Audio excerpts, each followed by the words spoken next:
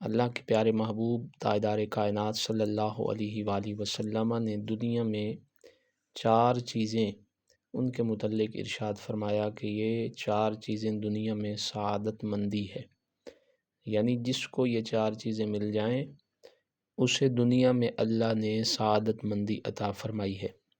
اب وہ 4 چیزیں کیا ہیں؟ کون سی 4 چیزیں ہیں جو کہ سعادت مندی کی علامت بیان فرمائی گئی ہیں؟ میں بھی دیکھوں، آپ بھی دیکھیں کہ اللہ پاک نے وہ 4 چیزیں ہمیں عطا فرمائی ہیں کہ نہیں فرمائی تو دعا کریں اللہ ہمیں یہ 4 چیزیں عطا فرمائے، اور جس کو دی ہیں اللہ اس کو یہ نصیب فرمائے۔ یہ 4 چیزیں مل جانا بہت بڑی سعادت مندی کی علامت ہے، اور یہ نبی پاک صلی اللہ علیہ وآلہ وسلم نے ارشاد فرمایا۔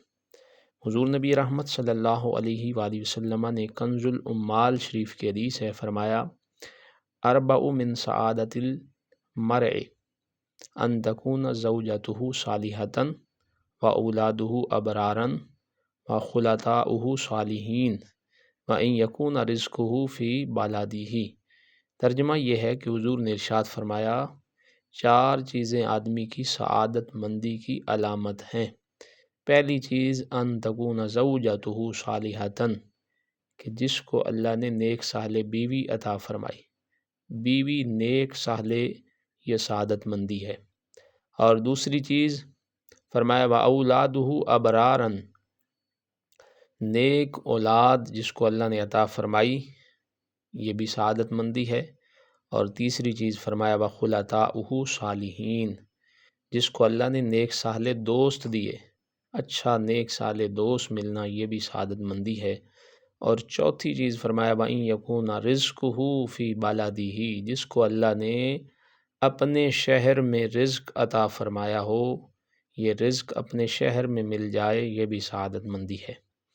اب تجربہ اور مشاہدہ خواتین و حضرات، ناظرین و سامعین یہی بتاتا ہے کہ جس شخص کو یہ 4 چیزیں مل جائیں وہ بڑی پرسکون اور باوقار زندگی گزارتا ہے۔ اب ان کا ہم اگر الگ الگ تذکرہ کریں، نیک اور صالح بیوی جو پہلے نمبر پہ حضور نے ارشاد فرمایا ہے کہ وہ سعادت مندی ہے، کیونکہ حدیث شریف میں آقا کریم علیہ السلام نے ارشاد فرمایا کہ الدنیا متاع وخیر متاع الدنیا المرأۃ الصالحۃ، کہ دنیا ساری کی ساری نعمت ہے اور دنیا کی بہترین نعمت نیک سیرت بیوی ہے۔ اب اس حدیث سے بھی پتہ چل رہا ہے کہ دنیا میں بہترین نعمت نیک سیرت بیوی ہے۔ اسی طرح نبی پاک صلی اللہ علیہ وآلہ وسلم نے ہمیں یہ تعلیم ارشاد فرمائی ہے کہ بیوی کے انتخاب کے وقت حسن و جمال، مال و دولت، اونچے نسب کے بجائے سیرت اور کردار اور حسن اخلاق کو ترجیح دو۔ آقا کریم علیہ السلام نے ارشاد فرمایا کہ عورت سے نکاح 4 چیزوں کی بنیاد پر کیا جاتا ہے، اس کے مال کی وجہ سے، لمالہا ولحسبہا، اور اس کے حسب خاندانی شرافت کی وجہ سے، وجمالہا، اور اس کی خوبصورتی کی وجہ سے، اور پھر فرمایا والدینہا، اور اس کے دین کی وجہ سے۔ اور آقا علیہ السلام نے رزلٹ دیا، حضور نے اپنی رائے یا اپنا مشورہ جو ارشاد فرمایا اس حدیث میں، فرمایا فَاظْفَرْ بِذَاتِ الدین، فرمایا تم دیندار عورت کے ساتھ نکاح کر کے کامیابی حاصل کرو، یعنی کامیابی ان 4 قسم کی عورتوں میں سے اس عورت سے نکاح میں ہے جو دیندار ہے۔ اور فرمایا کہ اگر تم ایسا نہیں کرو گے تو تمہیں ندامت ہوگی۔ اب دیکھیں نا، دینداری دیکھنا کتنا ضروری ہے۔ عورت میں 4 چیزیں ہی نکاح کے وقت دیکھی جاتی ہیں کہ اس کا حسب دیکھا جاتا ہے، اس کا مال دیکھا جاتا ہے، اس کا جمال دیکھا جاتا ہے، اور اس کا دین دیکھا جاتا ہے۔ لیکن اب ہم دین نہیں دیکھتے، مال، حسب اور جمال لازمی دیکھتے ہیں۔ کتنے ہی جگہوں پہ رشتے ہو رہے ہوتے ہیں، اس رشتے میں بچے والے بچی کے بارے میں اور بچی والے بچے کے بارے میں لازماً یہی چیزیں پوچھتے ہیں کہ کیا کماتا ہے، حسن دیکھتے ہیں، خاندان دیکھتے ہیں۔ کبھی کسی نے یہ نہیں کہا کہ بیٹی والوں نے کہا ہو کہ بیٹا 5 وقت کا نمازی بھی ہے کہ نہیں، یا بچے والوں نے کہا ہو کہ بچی نمازی بھی ہے کہ نہیں۔ تو بہرحال آقا کریم علیہ السلام نے نیک اور صالح خاتون سے نکاح سعادت مندی بیان فرمائی ہے کہ یہ سعادت مندی ہے۔ اب دوسری چیز جو ہے وہ نیک اولاد ہے۔ نیک اولاد کا ملنا واقعی سعادت مندی ہے۔ رب حب لی من الصالحین، کہ اللہ سے دعا کرو کہ یا اللہ نیک اولاد عطا فرما۔ اگر اولاد نیک نہ ہو تو زندگی بڑی خراب ہو جاتی ہے، والدین بہت مشکل زندگی گزارتے ہیں، نیندیں راتوں کو اڑ جاتی ہیں، اور اولاد کا نافرمان ہونا ان کا آرام و سکون یہ تباہ و برباد کر دیتا ہے۔ جن کی اولادیں فرما بردار نہیں ہوتی، راہ ہدایت سے بھٹک جاتی ہیں، ان والدین پہ بہت بری گزرتی ہے اور وہ بتانے کے قابل بھی نہیں ہوتے۔